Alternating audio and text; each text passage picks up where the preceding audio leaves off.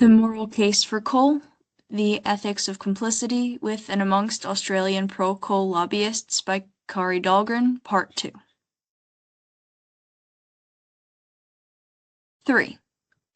Intergenerational Moral Accusation and Dinner Table Ethics. There was no individual with whom I spent more time during my field work than Mark. Since he ran the local operations, he was my immediate boss as my role as researcher began to merge with that of unpaid intern. Mark and I became close as our relationship exceeded that of our shared workplace. Our common American accent and the age gap between us saw us often mistaken for father and daughter. The ease with which we occasionally slipped into these roles ourselves reveals the intimacy we had developed in a way that sometimes embarrassed us. I remember one day in particular as Mark dropped me off at my house after a day working together. He asked me as I was getting out of the car, "Do you have your keys?" As a grown woman living alone, of course I had my keys, and Mark's question was clearly a slip into a habit developed with his own teenage daughters. He apologized when he saw me roll my eyes. Through the close relationship we developed, I felt comfortable sharing with him my critical observations of the coal industry, the lobbyists we both knew, and my concerns about climate change. He often voiced similar sentiments, and many of his critical insights opened my eyes to some of the less obvious workings of the CLO.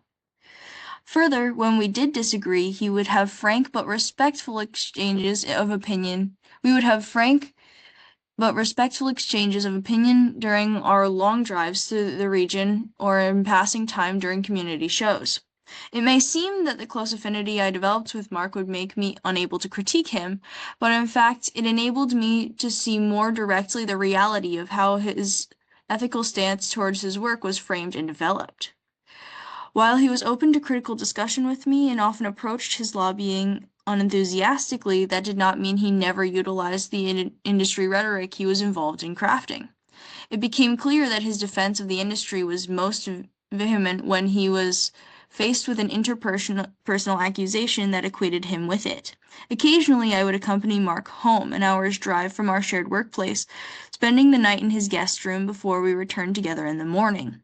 One memorable evening we had just sat down to dinner when his eldest daughter, who was about 17 years old, began to challenge him about his support of coal and thus his immoral complicity with climate change.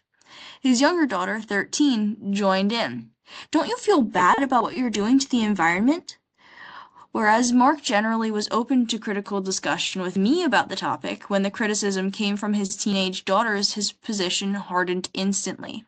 He argued strongly in defense of the coal industry, repeating arguments that, I knew from our own discussions, he did not find convincing, principally that there are no viable alternatives to coal. Then he invoked a statistic. If the internet were a country, it would be the fourth largest emitter of carbon. He then implicated their own internet and smartphone usage, watching all those YouTube videos of cats. He asked them, "Have you ever turned off your iPhone in the whole time you've owned it?" This hardening of his position stuck with me, as it seemed to come directly from his daughter's indictment of his moral character, which he then reflected back upon them. The interpersonal accusations of his daughters, which linked him directly to the coal industry, did not lead Mark to think more critically about the industry and his own role in it. Instead, it did the opposite. Whereas I could critique the industry with Mark, I always did so within a community of complicity, from which I could not associate a critique of the industry with Mark's moral character. However, coming from his daughters, and particularly when that criticism was seen to impugn his morality, he rose to the industry's defense. Of course, this dinner-time conflict could have had its genesis in a variety of other intergenerational and familial tensions. However, it is precisely through these sorts of interactions that such ordinary ethics come into being and become the foundations through which ethical motivations are structured, patterned, and end up motivating larger-scale discourses and politics. The Australian pro-coal lobby can be viewed as a dangerous collective body, working to derail climate policy and serving vested interests at the expense of humanity's survival. But it is also Mark arguing with his teenage daughters over a bowl of gumbo, cleverly thickened by the okra he is able to procure from the local farmer's market despite its rarity in Australian cuisine, and which reminds him of home. The ethical turn in anthropology has brought increasing attention to the ways in which everyday life is imbued with ethics. Ordinary ethics seeks to highlight ethics in everyday speech and acts, and thus the emphasis of this approach is less on moral breakdown or large-scale value hierarchy destabilization, but rather on how such cases are drawn into and drawn from the ordinary as habitual and tacit acts, or as explicitly reflected upon judgments. Therefore, explicit moralized discourse presents a space in which people can craft ethical decisions within their everyday lives, sometimes explicitly acknowledging them as such, and other times not, but nonetheless engaging in ethical deliberation. Within this framework, to be ethical is not necessarily to follow a universally defined good, rather it is to be evaluative, and, crucially, as this paper illustrates, it is also performative and thus inherently social. As Keene emphasizes, blaming and holding responsible, denying and justifying, are acts that both the agent and his or her interlocutors are doing, and they are doing them for one another. Ethical life means that people are reflexive, evaluative, and creative, but not alone. This dinner-time conversation was part of a pattern I came to recognize, whereby lobbyists became strident in their support of the industry when responding to moral accusations that penetrated their everyday life, principally through their children. This shared experience and frustration reinvigorated the CCC towards the end of my fieldwork as the lobbyists developed the Education Project. 4. The Education Project. A former mine engineer who now worked in mine management, Suzanne became active in the CCC during my time with the organization. To explain why she wanted to spread the word about the positive benefits of mining, she told me a story about her 2 young children. One day, her twin daughters came home from school worried and confused, asking Suzanne whether she was a bad person. When pressed, her children revealed that the teacher had taught the students about mining and how it destroys the environment. The teacher gave each child a chocolate chip cookie, then asked the students to mine out the chocolate chips, which they were allowed to eat. The teacher then told the students to put the cookie back together. They obviously could not do this, and thus they were taught that mining destroys beyond repair. This infuriated Suzanne. While she recognized that mining affected the environment, she was passionate about mining rehabilitation, and thus overall did not conceive of her work as destructive. Her view of mining was that it was a necessary and beneficial service that provided much of the comforts of modern life. Smith describes a similar ethics of material provisioning in her work with American mine engineers, which provided a positive ethical valence for their work as providing necessary resources for a world that seemed to increasingly demand them. This was the main message of the Education Project, which Suzanne organized and led for the CCC. However, she was not alone in her enthusiasm. Many mine managers and lobbyists recounted similar experiences. As a result, substantial energy was put into the Education Project, and the enthusiasm with which members of the CCC approached it was different from their usual passive communications strategy. The ambiguous goal was to reach every child in the region once in primary school and again in secondary school. It was decided that they would take the children on bus tours of the mines, figuring that the large machinery would appeal to young children. This involved reaching out to every school and finalizing student numbers, securing the funding to transport them in buses to the mines, and organizing schedules with the mines who would host the school trips. This was logistically complex and required substantial expense and lost time on the part of the mining companies, which are usually very hesitant in allowing visitors. Going onto mine sites is a carefully managed process with tight security. With a large group of school children on a bus, this was more complicated, as it meant that no blasting operations could take place during the visits, and a number of members of mine management would have to stop their other duties in order to escort the buses.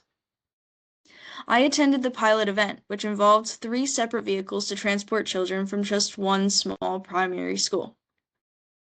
Delaying blasting in good weather for a few hours and taking at least 3 managers away from their other duties was a significant disruption to operations.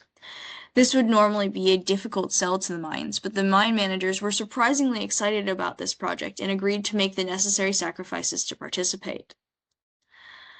The image of mining as productive rather than destructive was the main message during these school tours. The guides, including myself, were given a set of questions to keep the kids engaged in our educational mission.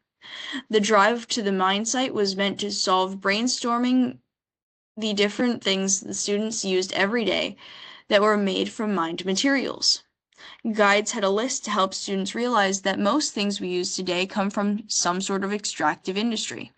The list included obvious items like jewelry, transport infrastructure, and energy, but it also included everyday items like body and hair care products with petrochemicals in them, zippers or buttons on clothes made from metals and plastics, and even food, which requires fertilizers that contain the byproducts of mining like phosphate and sulfur.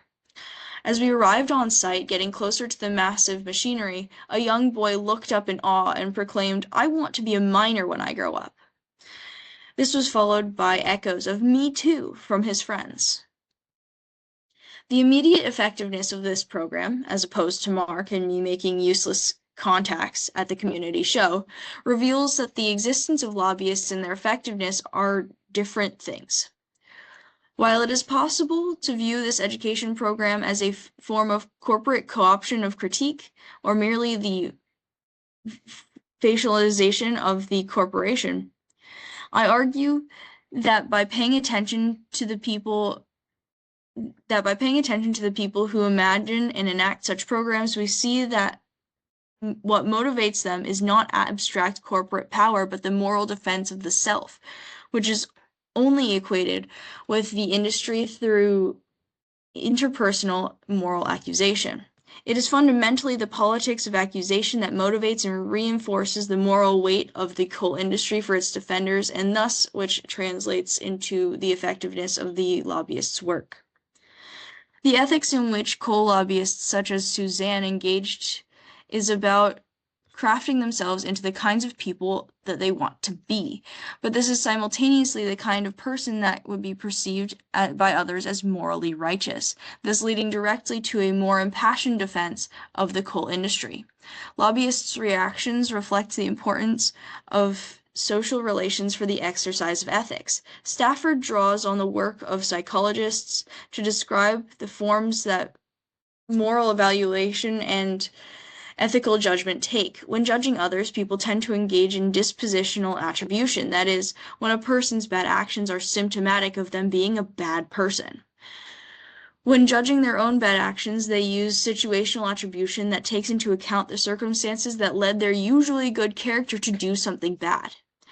Stafford argues that this is unlikely to be a universally true dichotomy, but nonetheless, which form of attribution is used and in which circumstances is a fruitful way of thinking about the enactment of ordinary ethics. Coal lobbyists experienced the interpersonal accusations as a form of dispositional attribution. They were perceived as personal attacks, whereby the circumstances of the coal industry were challenged and the lobbyist's character as its defender was denigrated. The lobbyists related to this negative moral framing of the coal industry as an indictment of their own morality, and thus their defense of themselves also required a defense of the industry for which they worked. Suzanne's active involvement in the education program was just the start. She also became a spokesperson for the mining industry, appearing in a television commercial that aired repeatedly on national television. The commercial was part of a broader campaign titled Australian Coal, Making the Future Possible, with the Australian Minerals Council, the national lobby, had recently launched. The commercial begins with Suzanne putting her 2 daughters onto the school bus with their matching pink backpacks. She then introduces herself to the camera and describes her successful career in mining. The commercial follows her to Japan, where she visits a low-emissions power plant and contemplates the busy streets of Tokyo and their energy needs. She sums up the commercial's message, which mimics the moral case for coal, described in the introduction. Thus, globally, there are millions of people that are going to need a lot more power, but at the same time reducing emissions. That's a big challenge that Australian coal can be part of. I'd like to be part of that. The argument that mining Australian coal is a moral act linked to energy justice and international development is prominent in the pro-coal political discourse. It is significant that this debate is being explicitly made on moral terms. Although it is clear that the economy is not a separate, neutral ground of exchange, but deeply implicated in social life, value, and thus morality, this is not often explicitly recognized in the economic and policy discourse itself. Kane has identified what he calls the moral narrative of modernity. This describes how in modernist narratives, the moral is largely relegated to the sphere of religion, and thus to treat economics, politics, or even education in moral terms too seriously exhibits a failure to be modern. Frydenberg's moral case, quoted earlier, as well as the messaging in Suzanne's television commercial, is thus a counter to this modern division as intentional subversion. Frydenberg's comment that there's a strong moral case that the green activists sometimes don't comprehend is precisely meant to point out that his moral case is an attempt to use their own moralizing against them, for green activists are often seen as being excessively moralizing and impassioned. While the messaging in Suzanne's commercial is less confrontational, its goal is to similarly complicate the moral landscape in which coal is figured. 5. Politics of accusation in disciplinary debates. Coal's meaning has become shaped by a contested moral and ethical framework that has come to define political debate on climate change. A growing number of social scientists have looked at the ways in which moral and ethical claims are linked to climate change and energy use, including amongst the relatively privileged and those who are most closely implicated in climate change, to explain forms of denial and complicity. For Norgard, Norwegian denial comes not from ignorance of climate change, but from an unwillingness or inability to integrate the moral demands of climate change into everyday life. Hughes emphasizes that complicity with climate change amongst petroleum geologists comes from the construction of oil in Trinidad as energy without conscience, and that those working in the industry are complicit because their work is insufficiently moralized. He thus argues that action to address climate change begins with filling the moral void around energy. In that space, high emitters would express a growing sense of responsibility for climate change. However, I found something quite different amongst pro-coal lobbyists. Operating in a moral landscape did not lead coal lobbyists to accept ethical responsibility. Rather, people made sense of this moralized framing within their own ethical positions, which draw on the ordinary, particularly as they filter through their relationships with their children and in response to a politics of accusation. Thus, it was precisely the integration of the moral and ethical concerns of their work into their everyday lives as they responded to moral accusations that produced and reinforced their complicity with anthropogenic climate change. The border between lived ambiguity and official discourse is closely policed by lobbyists. This is partially a result of the demands of their formal employment, but as I have shown, the zeal with which they defend the industry is radically different when it is merely a formal part of their job and passively attending the community show, and when it is inspired by a morally inflected defense of their character, the education program. My positionality enabled me to access the ambiguities the lobbyists maintain in relation to their work. In the course of my fieldwork, my rapport merged with complicity.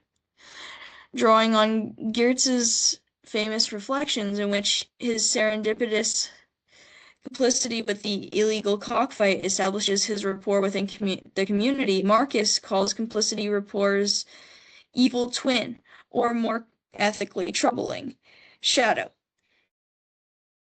Complicity is a morally ambiguous condition, which is foundational to the shared intimacies of fieldwork. However, when this complicity is with those deemed morally questionable, the co-implication in their work reveals the shared intimacies and understandings that create a safe space for critique in gestures of irony and joking asides. The revelations come as unexpected affinity/complicity, more cognitive than ethical, which develops between researcher and informants. Thus, I would not disagree with Kirsch's concern that ethnography with mining industry employees entails empathy and the potential for complicity, but I would embrace this complicity for what it enables and reveals. In this case, it reveals the unexpected affinity between the everyday ethical deliberations of coal lobbyists in response to moral accusations and the disciplinary debate on the ethics of engagement in the anthropology of extractive industry, that is, a common politics of accusation.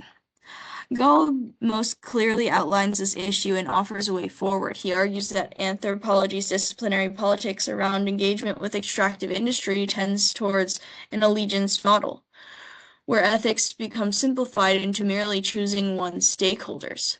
Such a perspective makes the individual the locus of responsibility, filtering into a view of the world that obscures structural injustices and instead sees a world in which broader social processes are actions taken by individual but collective agentive actors like the state or the corporation. Ethics then is simplified into a matter of just choosing the right side. As mentioned previously, Benson and Kirsch argue that the tactics of corporations to co-opt their critics has led to a generalized collective sentiment of the time, which they refer to as a politics of resignation. A decade later, I suspect our collective sentiments have shifted to a politics of accusation, characterized by increased political polarization and divisiveness around the globe. Moral accusations and increased partisanship are characteristics of our times, and perhaps recognizing our unexpected affinities with vile informants can reveal that anthropologists are not immune to this affliction. Golub also offers us an alternative. Instead of ethics being a matter of choosing the right side, he argues ethics should center on how one's position in relation to mining encounters works towards making a more just world. This is no simple matter, but does point a way forward for this divisive disciplinary debate, which has its own political consequences. As I have shown, when we know that our supposed enemy is as ideologically inconsistent, bad at their job, and not unlike the anthropologist, sometimes just trying to bring some ethical order to the complex and contingent world they inhabit, we create a space for re-evaluating the power of our oppositional political positions and moral discourses. 6. Conclusion. Complicity is not just something that insufficiently ethical people engage in. It is something that is made and reproduced precisely through the ordinary operation of ethics, and this is made through everyday relations. Rather than the moralized discourses around coal and climate change and the integration of these into everyday lives, causing lobbyists to renounce their work, moral accusation actually energizes their work, as they frame themselves as ethical actors to counter the negative accusations of others. This both derives from and feeds into national discourses, as demonstrated in Suzanne eventually becoming a national spokesperson for the industry. Drawing on Benson and Kirsch's description of a politics of resignation as a collective sentiment of our times in relation to corporate malevolence, I have described this instead as part of a politics of accusation. Unlike the politics of resignation that silences critique through public surrender, the politics of accusation displaces it by encouraging divisiveness and side-taking. This paper has had two deeply interconnected goals. The first is theoretical and develops the idea that moral accusation is a strong motivator for the everyday formation of ethics. The second is methodological. I argue that this same phenomenon helps illuminate the disciplinary debate about complicity when working with vile informants. To contribute to this methodological debate, I have shown that my complicity with pro-coal lobbyists did not discount my concern for anthropogenic climate change or disable my ability to engage critically with pro-coal discourses. On the contrary, my complicity enabled me to cross the boundaries that are foundational to the politics of accusation, while also exposing the phenomenon.